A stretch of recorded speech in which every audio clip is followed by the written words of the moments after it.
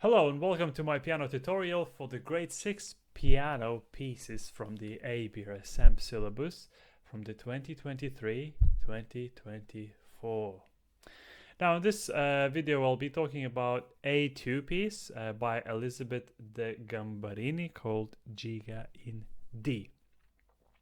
Now in the mini video where I shared brief insight and some tips for every piece in the syllabus, I talked about phrasing, about dynamics, and about trills, but I only talked a tiny little bit. Now, I felt that these points were mostly the ones that majority of piano learners and maybe piano teachers will struggle with, either explaining or trying to sort out some, best ways of doing it. So this video will be divided into three sections. First one is phrasing, then dynamics, and then the last thing I'll talk will be the trills. Now, so to avoid any confusion, I'll ask you to go onto my website on the community page and download the sheet music with all the phrasing, slurring, and fingerings written by me, okay? So the music is out of copyright, of course, but those markings are done by me and they go together with this video. So whatever I'm talking about in this video will be marked in there. So that's dynamics, slurring, and trills, meaning fingers for trilling and fingers for mordents. Okay, so I think the phrasing is very closely related to the actual style of the piece. Now, Giga as a piece of music is considered to be a fast dance, okay, from the Baroque era or Baroque period. And that fast dance is in time of 2, so 2 time. Okay, although this particular piece is in 6/8, the general feeling should still be in 2.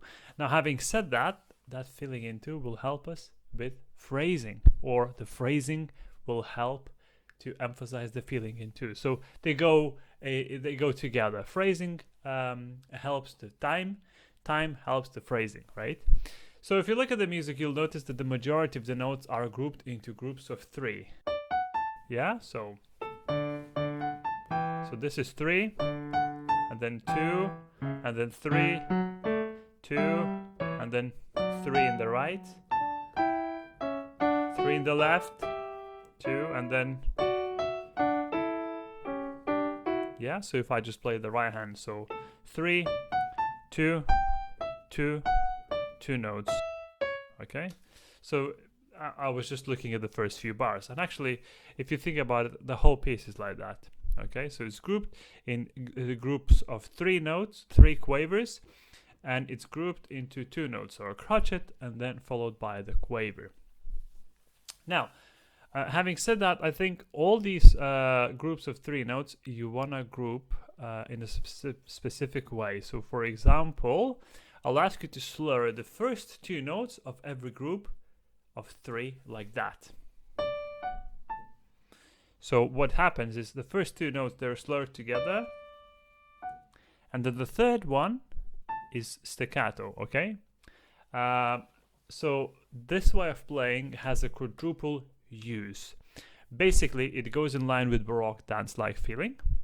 It helps to emphasize duple meter, and in most cases, every time you slur the notes, this goes in line with the change of harmony, otherwise known as function, okay?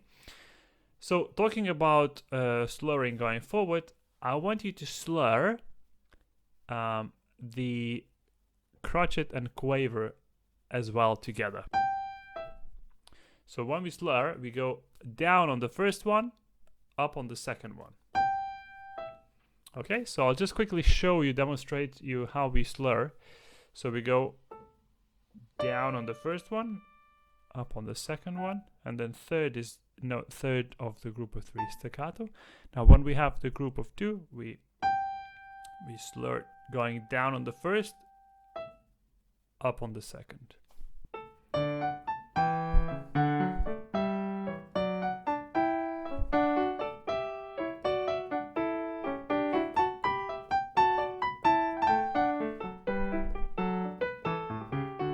And you will want to do this for the entire piece. So this is a very general comment, but you want to keep on doing this for the entire piece. Now, to keep the consistency going, all the crotchets, as I mentioned, have followed by the quavers, have to be slurred together as well. So as I showed before, like that. So we have triplets, and then long and short. Another point I already mentioned, something to do with the harmony, and so every time there is a slur, if you look in the music, there is a change in harmony. So for example, let's just have a look at the first two bars, okay? This is just an example, but that happens throughout the whole piece, right? So first we start, that's a D major. Okay, very simple. Now next. This one is diminished of C sharp, so that's a new function. Okay, and then back to D major. And then again, C sharp function, new function, and then again, new function, D major. That's how it is, okay? So every time there is, basically every beat, beat 1 and beat 2 has a new function, pretty much. So there is why I suggest you to slur 2 notes at a time. So first, and then, like that.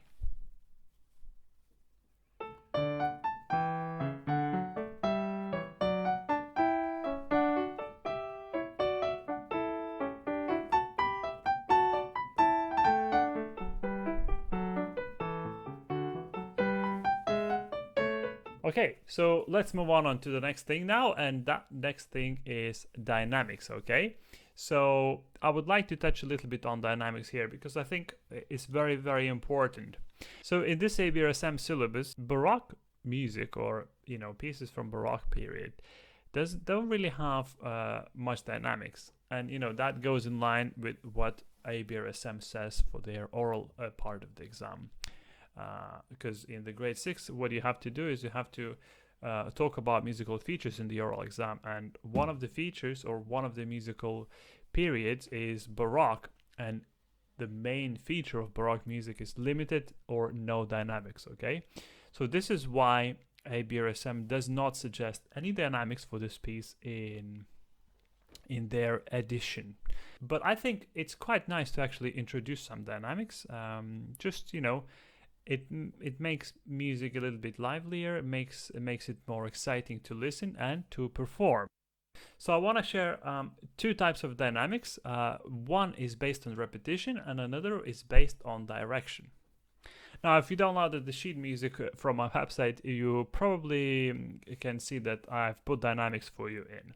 And I just want to kind of quickly show you what those dynamics are. So first one is the dynamics based on repetition. So if we go from the beginning again, I'll just play slowly and then I'll describe the music as we go, okay? So if we go from the beginning, we want to start loud because that's like the main theme, right? So from the very beginning, bars 1 and 2. Now bars 3 and 4 is exact same thing, so we want to change something, right? So the easiest thing to do is to play lighter. Now, because the direction changes, we go loud.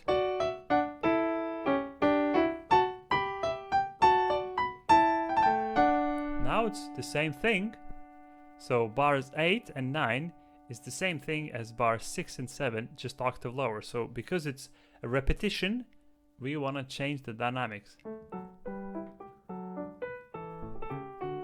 Okay, now change of direction, new thing in bars 10 and 11. So we want to play loud. So let me play use this page now in a kind of tempo with a bit of dynamics. So.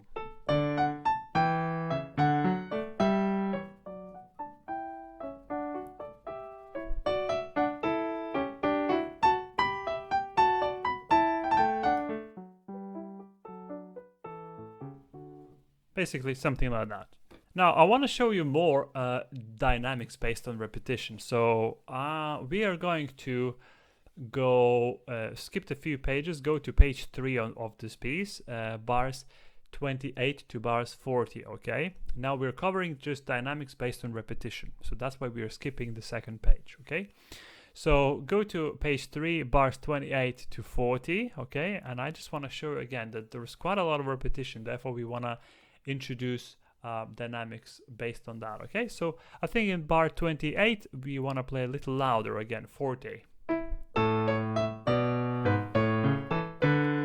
Now that was bars 28 and 29, so loud, and then bars 30 and 31 is going to be quiet because it's the same thing, the same music material, the same key, the same notes, maybe just octave higher in the left hand, but because it's the same thing, we want to play quiet. So starting loud,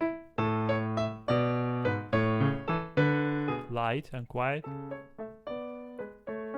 and then change of direction.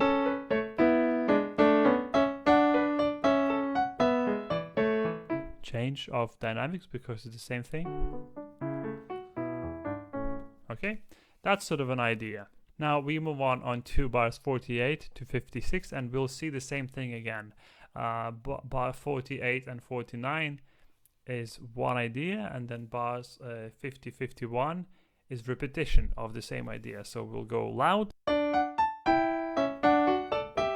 quiet, and then change of direction. Yeah, okay, so those are the main dynamic suggestions for repetition in music. Now going further, I want to talk about dynamics in direction. Okay, so what do I mean? Well, we change dynamics based on the direction. Okay, so as a general rule, if the general kind of mood of music goes down or melody goes down, we want to diminuendo. If the music goes up, we want to crescendo. So the kind of dynamics based on direction largely appear in bars 11 to 23. So that's basically nearly entire page. And then the last, and then from bars 56 to the end, pretty much everything is based on direction. Okay, so I'll just kind of show this a little bit to you. So bars 12 to 23 now, based on directions. So as a general direction in the first line of the second page, it actually goes down. So what we want to do, we want to get quieter. So in order for us to get quieter, we have to start quite loud. So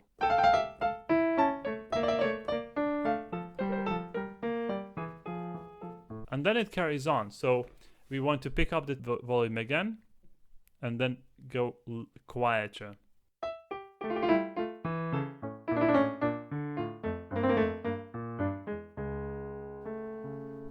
That makes sense, okay? And then the music starts to climb. So we start quieter. Basically, we start in the same dynamic as we finished. And then we go up.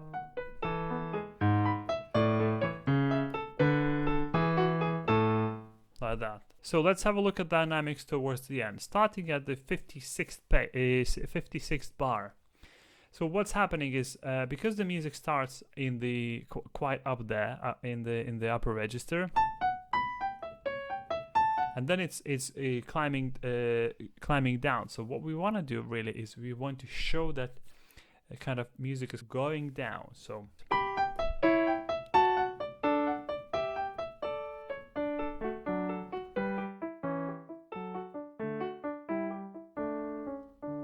and this is the lowest point. Now from here we start to accumulate sound, so we want to get louder.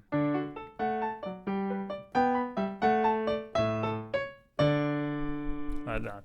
And it's quite nice if you finish the piece with a bit of ritenuto and a little bit of kind of grounded playing. You want it to finish very heroic. So these dynamics are quite kind of general, and you can either play them or not play them. It's totally up to you. You can do other things too. It's really how you feel and how you want the piece to sound. But as a general rule, I do suggest to get creative. You know, you wanna get playing this and make it more interesting, not only for yourself but for the listener as well.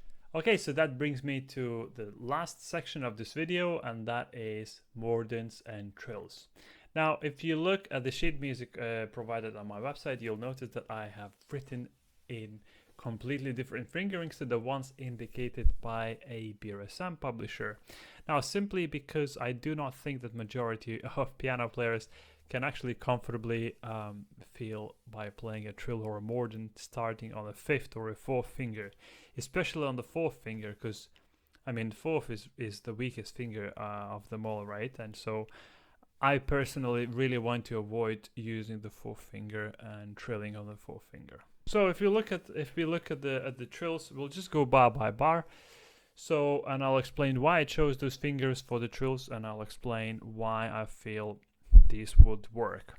So first one is in bar 7 and 8. So I've chose 3 to start on a 3, and then 1, 3, 2, and then finish on 1 and 4 on F sharp. Okay, so we finish on 1 and F sharp, so that way we can travel to 4 there. So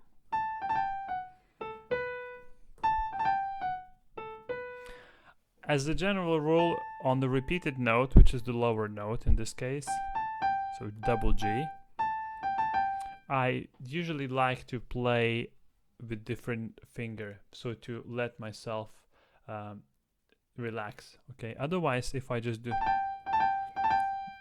do one finger on the repeated note, I feel a little bit tensed, and I feel like there is tension in my hand.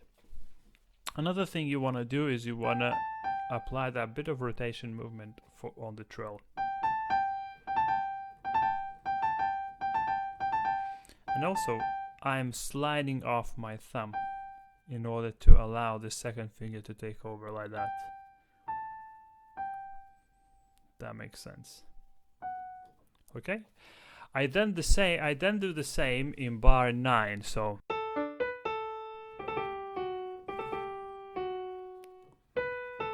I'll do 1, 3, 2, and then F sharp 1, and this allows me to put 2 on A,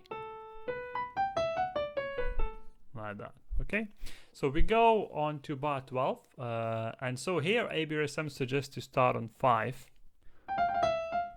I'm not sure actually, because if you think about the slurring business I talked about before, where you want the first to be the longest and the strongest, I mean, you don't really want to start on the pinky there, or you want to start something on the 3, right? I think the 3 is just the best finger to start the trill on. So the trill will start on the G, and you're gonna rotate a little bit.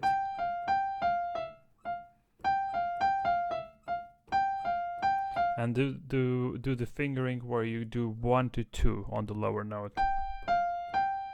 This will allow you to play thumb on E. And then the same is later. You do 3, 2, 3, 1. And this will allow you to put 2 on C sharp. Now going into bar 14. I like to do 3, 1, 3, 1, 3, 2. Or just 3, 2, 3, 2. But don't forget, you want to be using the rocking motion all the time.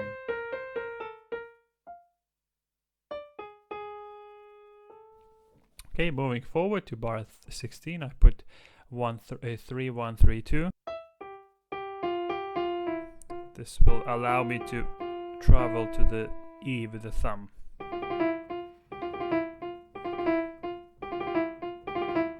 And then we do a 3, 2, 3, 1 later in bar 17 because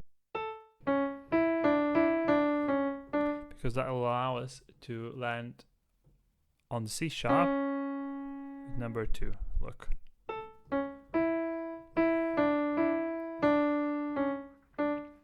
We do different fingering in bar 18 as well, where I go 3, 1, 3, 2, 1. This allows me to put 1 on A.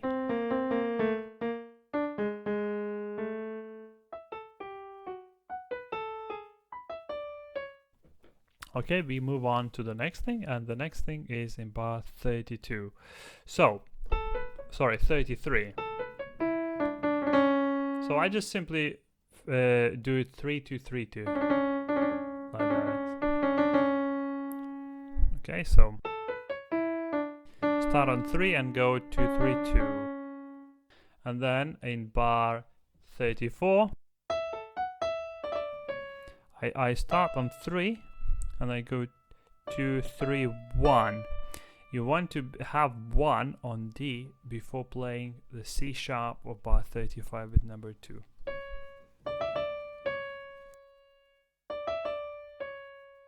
And it's different in bar 36. You want to do 1, 3, 2, so then you end up with the thumb on C sharp in bar 37. Okay, now in terms of fingering of bar 39, again, you want to start on 3 and go 3, 1, 3, 2. Then the 40th bar, you want to do 3, 2, 3, 1. Because you want to land with your second finger on the black note, which is G sharp.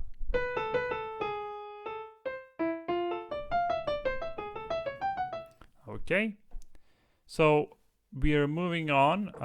Is 2 more trills left, and one of them is in bar 47. Okay, so again, you wanna start on 2 on A sharp and then play 3, 2, 3 like that. Now going into bar 59, this is actually, I think, is only one bit where I think that ABRSM got it right. So you just want to do 3, 1, 3, 1, and then this will allow you to land with number 2 on the C sharp. As a general comment, I can tell you to practice with metronome under the tempo first and then learn all the piece without the mordents or trills. Just get comfortable with playing this piece without any mordents and trills. And then when playing those mordents and trills, use a bit of rocking motion, okay? Just a little bit of rocking motion when doing the trills. Right, that's it. I think I've touched all the comments, all the things I wanted to touch. Those phrasing, mordents, and dynamics. If you have anything to add, do leave your ideas in the comment section below, or email me, text me on my website chat, and share your ideas, and I'll try to do my best to incorporate those ideas in my future videos. As for now, thanks for watching, and I'll see you in the next one.